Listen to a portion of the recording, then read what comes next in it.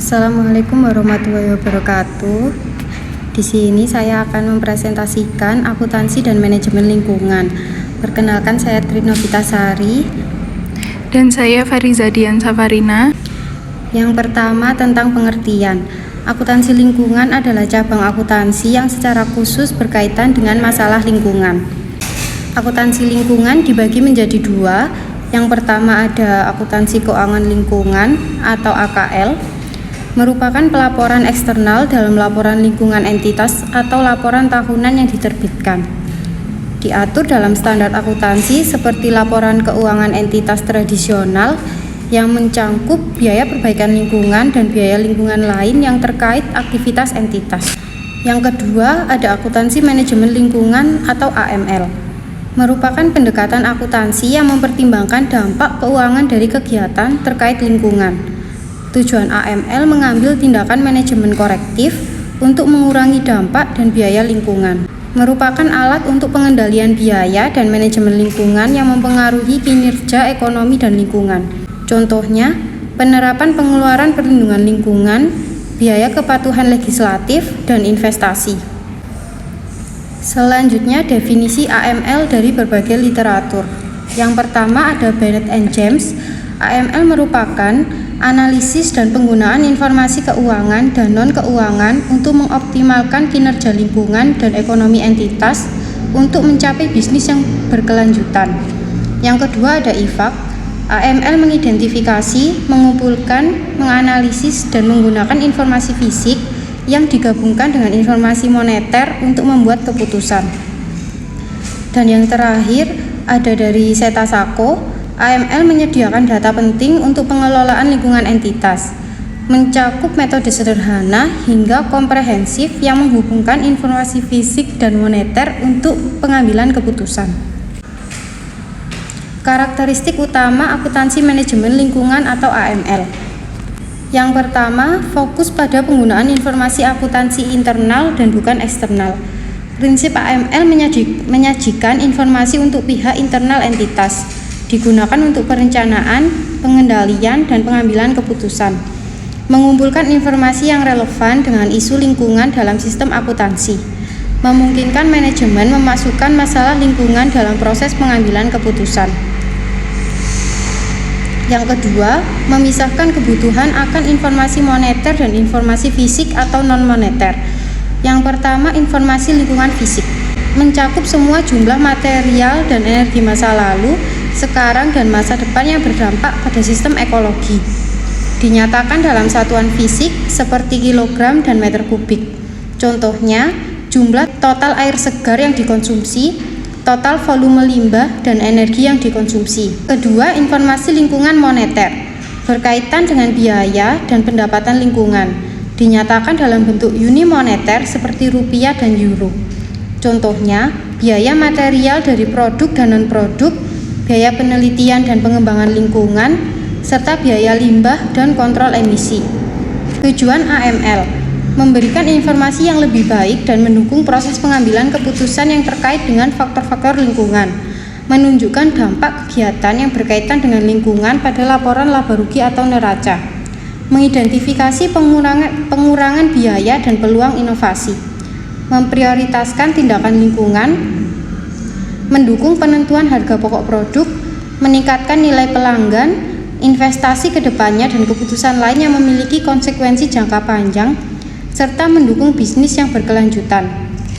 Biaya lingkungan dan klasifikasi biaya lingkungan. Biaya lingkungan merupakan biaya yang timbul akibat dari aktivitas lingkungan yang dilakukan entitas. Yang pertama ada EPA 1995. Biaya lingkungan dikategorikan menjadi tiga, yaitu biaya tersembunyi yang potensial, biaya kontingensi, dan biaya image dan hubungan. Yang kedua ada IFAK 2005. Biaya lingkungan dikategorikan menjadi 6, yaitu biaya bahan dari output produk, biaya bahan dari output non-produk, biaya limbah dan kontrol emisi, biaya pencegahan dan manajemen lingkungan lainnya, biaya penelitian dan pengembangan, serta biaya kurang berwujud. Pelaporan biaya lingkungan bertujuan untuk perencanaan, pengendalian biaya, pengambilan keputusan. diklasifikasikan dalam kategori biaya pencegahan, penilaian, kegagalan internal, dan kegagalan eksternal. Contohnya di sini ada PT Sabina Bersaudara Wahyu, laporan biaya lingkungan untuk tahun yang berakhir 31 Desember 2019 dalam ribuan rupiah.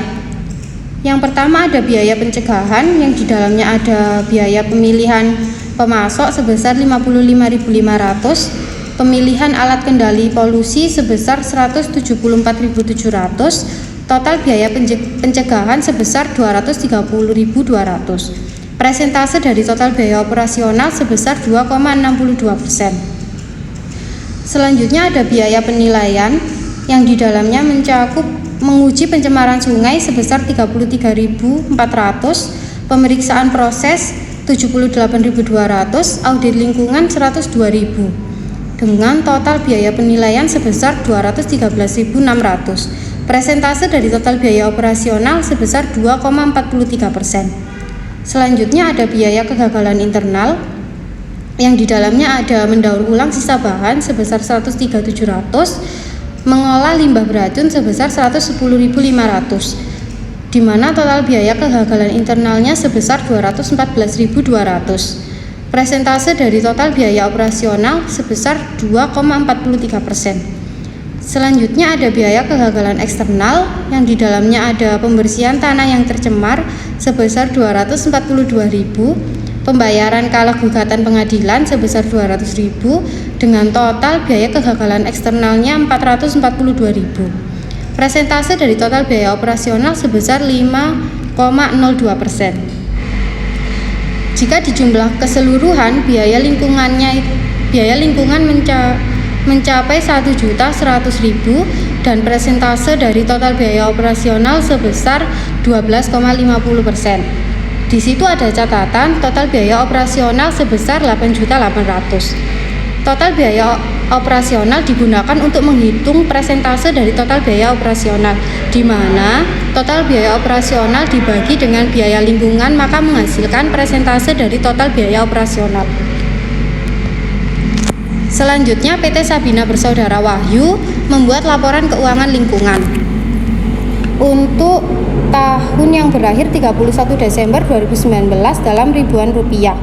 Yang pertama ada keuntungan pengendalian lingkungan, yaitu ada pengurangan biaya pencemaran sebesar 114.000, pengurangan biaya pembuangan limbah yang berbahaya 97.500, pemasukan daur ulang 215.000, penghematan biaya konservasi energi 195.000, pengurangan biaya pengemasan 86.000 dengan jumlah keuntungan lingkungannya 707.500. Yang kedua ada biaya lingkungan, yaitu ada biaya pencegahan 230.200, biaya penilaian sebesar 213.600, biaya kegagalan internal sebesar 214.200, serta biaya kegagalan eksternal sebesar 442.000. Jumlah biaya lingkungannya sebesar 1.100.000. Selanjutnya, materi tentang tanggung jawab sosial entitas akan dijelaskan oleh teman saya Fariza. Tanggung jawab sosial entitas. Tanggung jawab sosial entitas atau TSE mendapat perhatian sejak John Elkington tahun 1997 dalam bukunya Cannibal with Forks, memperkenalkan konsep triple bottom line atau TBL atau 3P, People, Planet, dan Profit, merupakan pilar yang mengukur nilai kesuksesan suatu entitas dengan 3 kriteria, yaitu ekonomi, lingkungan, dan sosial. Yang pertama, profit. Entitas tetap harus berorientasi untuk mencari keuntungan ekonomi, karena dengan laba tersebut entitas dapat terus beroperasi dan berkembang. Yang kedua, people atau orang. Darah kehidupan sebuah entitas di mana dimensi sosial bergantung pada peningkatan standar hidup. Entitas harus memiliki kepedulian terhadap kesejahteraan manusia untuk mengembangkan dan menjaga hubungan baik antara masyarakat dan entitas. Yang ketiga, planet, habitat bagi entitas dan manusia. Jika entitas mencemari lingkungan dengan tindakan mereka, maka akan mendorong planet menuju kehancuran. Lingkungan adalah tanggung jawab setiap orang termasuk pelaku usaha. Perkembangan pelaporan lingkungan. Yang pertama, laporan keuangan. Akuntan mengeluarkan laporan keuangan ke pemakai laporan mulai dari manajemen entitas, pihak pajak, hingga calon investor. Laporan keuangan diharapkan sebagai gambaran keuangan organisasi yang handal dan bermanfaat. Dibuat sesuai standar akuntansi keuangan yang dikembangkan. Yang kedua, laporan keberlanjutan. Merupakan bentuk laporan yang dilakukan suatu entitas dalam rangka untuk mengungkapkan atau mengkomunikasikan kepada seluruh pemangku kepentingan mengenai kinerja lingkungan, sosial, dan tata kelola yang baik. Yang ketiga, laporan gabungan. Laporan keuangan yang menggabungkan laporan keuangan dengan laporan keberlanjutan. Yang terakhir, yang keempat, laporan terpadu. Laporan ringkas tentang bagaimana strategi organisasi, tata kelola, kinerja, dan prospek dalam konteks lingkungan eksternal yang dapat menciptakan value jangka pendek, menengah, dan jangka panjang. Laporan keberlanjutan atau Sustainability Report merupakan proses pengkomunikasian efek sosial dan lingkungan dari tindakan ekonomi organisasi kepada pemangku kepentingan. Ditujukan kepada berbagai pemangku kepentingan agar dapat mendapatkan informasi yang komprehensif terkait aktivitas sosial dan lingkungan entitas. Di sini ada teori pemangku kepentingan, yaitu entitas tidak hanya bertanggung jawab kepada pemilik modal, melainkan kepada seluruh pemangku kepentingan internal dan eksternal.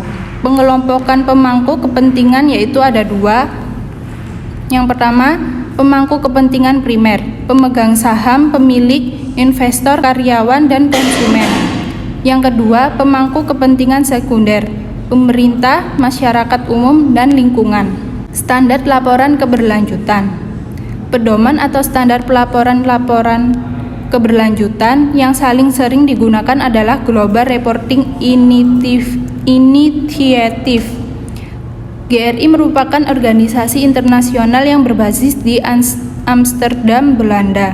Difokuskan pada pencapaian transportasi dan pelaporan suatu entitas melalui pengembangan standar dan pedoman SR. Opsi menyiapkan laporan sesuai dengan standar GRI, yaitu ada dua. Yang pertama, inti. Entitas melaporkan informasi minuman yang penting untuk mengungkapkan sifat organisasi, topik materialnya, dan dampak terkait dan bagaimana mengelola. Yang kedua, komprehensif, mencakup laporan pengungkapan tambahan tentang strategi, etika, dan integritas serta tata kelola organisasi. Laporan terintegrasi atau integrated reporting. Laporan terintegrasi adalah komunikasi singkat tentang bagaimana strategi, tata kelola, kinerja, dan prospek organisasi dalam konteks lingkungan eksternal, mengarah pada penciptaan nilai dalam jangka pendek, menengah, dan jangka panjang. IR menggabungkan aspek keuangan, ekonomi, tata kelola, dan sosial entitas yang fokus tidak hanya pada pemegang saham tetapi juga pada para pemangku kepentingan. Persyaratan penting bagi IR adalah menerima dan menerapkan pemikiran terpadu di seluruh organisasi. Tujuan IR yaitu yang pertama, menunjukkan komitmen terhadap keberlanjutan bisnis kepada para pemangku kepentingan. Yang kedua, membantu mengintegrasikan sustainabilitas bisnis ke dalam strategi dan operasi. Yang ketiga, meningkatkan relasi dengan para stakeholder utama. Yang keempat, meningkatkan transparansi dan akuntabilitas entitas. Yang terakhir, menyederhanakan pelaporan kepada pihak eksternal atau laporan keuangan, laporan manajemen, dan laporan keberlanjutan. Kerangka integrated reporting menurut IIRC. Yang pertama, modal keuangan atau financial capital. Dana yang tersedia untuk organisasi dalam rangka produksi barang dan jasa yang diperoleh melalui pembiayaan seperti utang, ekuitas atau hibah, atau dihasilkan melalui investasi. Yang kedua, modal produksi atau manufaktur kapital. Objek fisik yang tersedia untuk memproduksi barang dan jasa. Yang ketiga, modal intelektual atau intelektual kapital, yaitu aset tak berwujud yang berbasis pengetahuan. Yang keempat, modal manusia atau human capital, yaitu seperti kompetensi, kapabilitas, dan pengalaman serta motivasi dalam berinovasi pegawai. Yang terakhir, modal sosial dan hubungan atau social and relationship capital, yaitu hubungan yang dibangun baik dari dalam maupun luar entitas guna meningkatkan kesejahteraan bersama. Elemen isi integrated reporting. Di sini ada 7. Yang pertama, tinjauan organisasi dan lingkungan eksternal, yaitu IR harus menjelaskan apa yang dilakukan organisasi dan bagaimana entitas beroperasi. Contohnya, budaya, etika, dan nilai-nilai organisasi, pemikiran dan struktur operasi, pasar utama, produk, dan aktivitas, posisi persaingan, dan pasar. Yang kedua, tata kelola. Memberikan wawasan tentang bagaimana struktur tata kelola organisasi mendukung kemampuan entitas untuk menciptakan nilai dalam jangka pendek, menengah, dan panjang. Contohnya, struktur kepemimpinan, arah, dan pendekatan strategis untuk manajemen resiko. Bagaimana budaya, etika, dan nilai-nilai mempengaruhi modal. Yang ketiga, peluang dan resiko.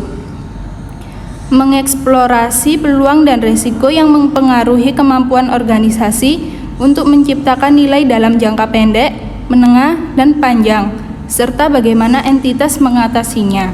Yang keempat, strategi dan alokasi sumber daya. Mengidentifikasi tujuan strategi organisasi jangka pendek, menengah, dan panjang. Rencana alokasi sumber daya yang telah ada atau bermaksud untuk ditetapkan. Yang kelima, model bisnis. Mengilustrasikan karakteristik input utama dan bagaimana input tersebut terkait dengan modal dari mana berasal. Laporan harus menggambarkan kegiatan bisnis mendasar seperti bagaimana organisasi berbeda dengan pasar yang sudah ada. Yang keenam, kinerja. Hubungan dengan para pemangku kepentingan utama harus diuraikan, sedangkan hubungan antara kinerja masa lalu, saat ini, dan yang diantisipasi perlu dilaporkan dalam IR. Yang ketujuh, prospek masa depan. Menggambarkan bagaimana model bisnis organisasi sudah dilengkapi dengan cara untuk menanggapi kesulitan yang mungkin dihadapinya. Prinsip panduan integrated reporting. Yang pertama, fokus strategi dan orientasi masa depan. Yang kedua, konektivitas informasi. Yang ketiga, hubungan pemangku kepentingan. Yang keempat, materialitas. Yang kelima, isinya ringkas dan padat. Yang keenam, keandalan dan kelengkapan. Yang ketujuh, konsistensi dan keterbandingan. Sekian dari presentasi kami. Terima kasih. Wassalamualaikum warahmatullahi wabarakatuh.